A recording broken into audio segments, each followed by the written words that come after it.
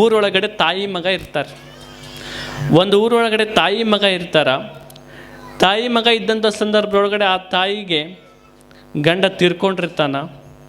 ಪಾಪ ಇವ್ರ ಮನೆ ಮುಸುರು ತಿಕ್ಕಿ ತನ್ನ ಜೀವನವನ್ನು ನಡೆಸ್ತಿರ್ತಾಳೆ ಆ ತಾಯಿ. ನಡೆಸ್ಬೇಕಾದಂಥ ಸಂದರ್ಭದೊಳಗಡೆ ಆ ತಾಯಿ ಭಾಳ ಕಷ್ಟವನ್ನು ಪಡ್ತಿರ್ತಾಳೆ. ಒಬ್ಬ ಯುವತರುಣಾಗಿರ್ತಕ್ಕಂಥ ಮಗ ಇರ್ತಾನೆ ತಾಯಿಗೆ. ಇದ್ದಂಥ ಸಂದರ್ಭದೊಳಗಡೆ ನಿಮಗೆ ಮಗ ಇದ್ರೆ ನೀವೆಲ್ಲರೂ ಕೂಡ ಕನಸು ಕಂಡಿರ್ತೀರಿ. ಏನಂತ? ನನ್ನ ಮಗಗೆ ಮದುವೆ ಮಾಡಿ ಸೊಸಿ ಕೈಯಲ್ಲಿ ಬಿಸಿ ರೊಟ್ಟಿ ತಿನ್ಬೇಕಂತ ತಮ್ಮೆಲ್ಲರ ಕನಸು ಇರುತ್ತಾ? ಆ ತಾಯಿ ಕನಸು ಕೂಡ ವಯಸ್ಸಿಗೆ ಮಗ ಬಂದಾನ, ಯುವತರುಣಾಗಿರ್ತಕ್ಕಂಥ ಮಗ ವಯಸ್ಸಿಗೆ ಬಂದಾನಂತೇಳಿ ಆ ಮಗನಿಗೆ ಮದುವೆ ಮಾಡಬೇಕೆನ್ನುವಂಥ ಕನಸು ಕಟ್ಕೊಂಡು ಆ ಮುದುಕಿ ಕುತ್ಕೊಂಡಿರ್ತಾಳೆ. ಕುತ್ಕೊಂಡಂಥ ಸಂದರ್ಭದೊಳಗಡೆ ಮನ್ಯಾಗ ರೊಟ್ಟಿ ಬಡಿತಿರ್ತಾಳೆ ತಾಯಿ. ರೊಟ್ಟಿ ಬಡಿಬೇಕಾದಂಥ ಸಂದರ್ಭದೊಳಗಡೆ ಮಗ ಬರ್ತಾನ. ಮಗ ಬಂದು ಯವ್ವ ಅಂತ ಬರ್ತಾನ ತಾಯಿ ಹತ್ರ. ಮಗ ಅಂತಾಳ. ಅಂದ ತಕ್ಷಣ ತಾಯಿ ಅಂತಾಳ, ಏನಪ್ಪ, ಏನು ಬೇಕಾಗೈತಿ, ಯಾಕೆ, ಏನು ಹೇಳಕತ್ತಿ ಹೇಳಿ. ಇಲ್ಲೇವ್ವ ನನಗೊಂದು ಸಂಕಲ್ಪ ಆಗೈತಿ, ನನಗೆ ಒಂದು ಸಂಕಲ್ಪ ಆಗೈತಿ ಅಂತ. ಅಂದ ತಕ್ಷಣ ತಾಯಿ ಏನು ಸಂಕಲ್ಪ ಆಗೈತಿ ಅಂತ ಪ್ರಶ್ನೆ ಮಾಡ್ತಾಳೆ. ಅವಾಗ ಅವ ಅಂತಾನ, ಇಲ್ಲೇವ್ವ ನನಗೆ ದೇವ್ರನ್ನ ಕಾಣಬೇಕಂತ ಸಂಕಲ್ಪ ಆಗೈತಿ, ಭಗವಂತ ಹೆಂಗದನ ಅಂತ ನೋಡುವಂಥ ಸಂಕಲ್ಪ ನನಗಾಗೈತವ್ವ ಅಂತ. ಅಂದ ತಕ್ಷಣ ತಾಯಿ ಕನಸು ಹೆಂಗಾಗಿತ್ತಂದ್ರೆ ತನ್ನ ಮಗಗೆ ಮದುವೆ ಮಾಡ್ಬೇಕೆನ್ನುವಂಥ ಕನಸಿತ್ತು. ಅದಕ್ಕೆ ಈಕೆ ಪ್ರಶ್ನೆ ಮಾಡ್ತಾಳೆ, ಏನು ಮಾಡ್ಬೇಕು ಅಂದ್ಕೊಂಡಿಯಪ್ಪ ಅಂತ. ಇಲ್ಲವ್ವ ನಾನು ದೇವ್ರನ್ನ ಕಾಣಕ್ಕೆ ಹೋಗ್ಬೇಕಂತ ಮಾಡೀನಿ ಅಂತ. ಅಂದ ತಕ್ಷಣ ತಾಯಿ ಒಂದು ಮಾತು ಹೇಳ್ತಾಳೆ, ಆಯ್ತಪ್ಪ ನಿನಗೆ ಚಲೋ ಸಂಕಲ್ಪ ಆಗೈತಿ, ಅಂತಿಂಥವ್ರಿಗೆ ಯಾರಿಗೂ ಈ ಸಂಕಲ್ಪ ಆಗಲ್ಲ, ನಿನಗೆ ಒಳ್ಳೆಯ ಗುಣ ಬಂದೈತಿ, ನಾನು ದೇವ್ರನ್ನ ಕಾಣಬೇಕಂತ ಹೊಂಟಿಯಲ್ಲಪ್ಪ, ಆಯ್ತು ಮಗನೇ ಹೋಗಿ ಬಾ ಅಂತ ತಾಯಿ ಹೇಳ್ತಾಳೆ. ಅದಕ್ಕೆ ಮುದುಕಿ ಮುಂಜಾನೆ ಹೊಕ್ಕಾನ ಅಂತೇಳಿ ಆ ತಾಯಿ ಏನು ಮಾಡ್ತಾಳೆ, ಒಂದು ಸ್ವಲ್ಪ ಕಟಕ್ ರೊಟ್ಟಿ ಕಡ್ದು ಎಲ್ಲವನ್ನು ರೊಟ್ಟಿ ಬಡ್ದು ಒಂದು ಹರಬಿ ಒಳಗಡೆ ಆ ರೊಟ್ಟಿಯನ್ನು ಹಾಕಿ ಒಂದಿಷ್ಟು ಖಾರದ ಹಿಂಡಿ ಒಂದು ಸ್ವಲ್ಪ ಇಟ್ಟು ಬುತ್ತಿ ಗಂಟು ಕಟ್ಟಿ ಮಗನಿಗೆ ಕೊಡ್ತಾಳೆ.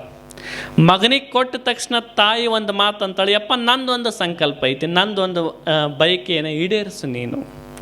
ಅಂದ ತಕ್ಷಣ ಮಗ ಅಂತಾನ, ಏನವ್ವ, ಏನು ನಿಂದು ಏನೈತಿ ಹೇಳವ್ವ ಅಂತಂದು.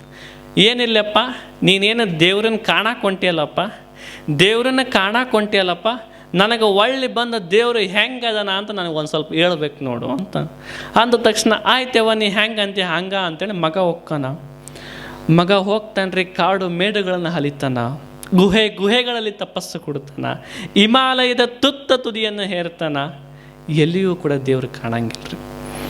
ಸಾಕ್ತಾನೆ ಮೈಲಿಗಟ್ಲೆ ಸಾಕ್ತಾನೆ, ಎತ್ತ ನೋಡ್ರೂ ಕೂಡ ದೇವರು ಅಂತಕ್ಕಂಥ ಗೋಚರಿಸಲಿಲ್ಲ, ಕಾಣದೇ ಇಲ್ಲ. ಒಂದು ಕಡೆ ಕುತ್ಕೊಂಡು ವಿಚಾರ ಮಾಡ್ತಾನೆ, ನನಗೂ ಕೂಡ ಬಾಯಾರಿಕೆ ಆಯಾಸ ಆಗಕತ್ತೈತಿ, 1 ವರ್ಷ ಆಯಿತು ಇನ್ನೂ ಕೂಡ ದೇವರು ಕಂಡಿಲ್ಲ, ನನಗಿನ್ನು ದೇವರು ಗೋಚರಿಸಂಗಿಲ್ಲ ಅಂತೇಳಿ ಅವ ಏನು ಮಾಡ್ತಾನೆ, ತನ್ನ ತಾಯಿ ನೆನಪಾಗುತ್ತಾ, ಇನ್ನು ಹಿಂಗೆ ಮಾಡ್ಕೊತ ನನ್ನ ಜೀವನ ಹಾಳಾಗುತ್ತಾ, ನಾನು ಮನೆಗೆ ಹೋಗ್ಬೇಕು, ನನ್ನ ತಾಯಿ ನೆನಪಾಯ್ತು ಅಂತೇಳಿ ಮನೆಗೆ ಹೋಗ್ಕಾನ್ರಿ. ಸಾಯಂಕಾಲ 6 ಗಂಟೆ ಆಗಿರ್ತ್ರಿ. 6 ಗಂಟೆ ಆದಂಥ ಸಂದರ್ಭದೊಳಗಡೆ ಮಗ ಮನೆ ಬಾಗಲ ಹತ್ರ ಹೊಕ್ಕಾನ. ತಾಯಿ ಏನು ಮಾಡ್ತಿರ್ತಾಳೆ, ಈ ಮುದುಕಿ ಏನು ಮಾಡ್ತಿರ್ತಾಳಪ್ಪ ಅಂತಂದರೆ, ದಿನ ದೇವ್ರ ಫೋಟೋ ಮುಂದೆ ದೀಪ ಹಚ್ಚಿ ಪ್ರಾರ್ಥನೆ ಮಾಡ್ಕೊತಿರ್ತಾಳಂತ. ಯಪ್ಪ ನನ್ನ ಮಗ ನಿನ್ನ ಕಾಣಕ್ಕೆ ಹೋಗ್ಯಾನ, ಯಪ್ಪ ನನ್ನ ಮಗ ನಿನ್ನ ಕಾಣಕ್ಕೆ ಹೋಗ್ಯಾನ, ಅವಂದಿಷ್ಟು ದರ್ಶನ ಕೊಡು ಅಂತೇಳಿ ತಾಯಿ ಪ್ರಾರ್ಥನೆ ಮಾಡ್ಕೊತಿದ್ಲಂತ್ರಿ ಭಗವಂತನ ಹತ್ರ. ಮಾಡ್ಕೋಬೇಕಾದಂಥ ಸಂದರ್ಭದೊಳಗಡೆ ಮಗ ಅವೆಲ್ಲವನ್ನು ನೋಡ್ತಾನೆ. ನೋಡಿ ಬಂದು ಸೀದಾ ತಾಯಿ ಪಾದಕ್ಕೆ ಸಾಷ್ಟಾಂಗ ಆಗ್ತಾನ್ರಿ.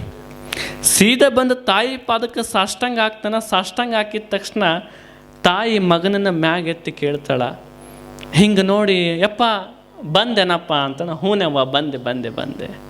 ಯಪ್ಪ ನಿನಗೆ ದೇವ್ರ ಕಣ್ಣೇನೋ ಅಂತ ಫಸ್ಟ್ ಪ್ರಶ್ನೆ ಮಾಡ್ತಾಳೆ. ಯಪ್ಪ ದೇವ್ರ ಕಣ್ಣೇನೋ? ಕಣ್ಣವ್ವ, ದೇವ್ರು ನೋಡಿದೆ.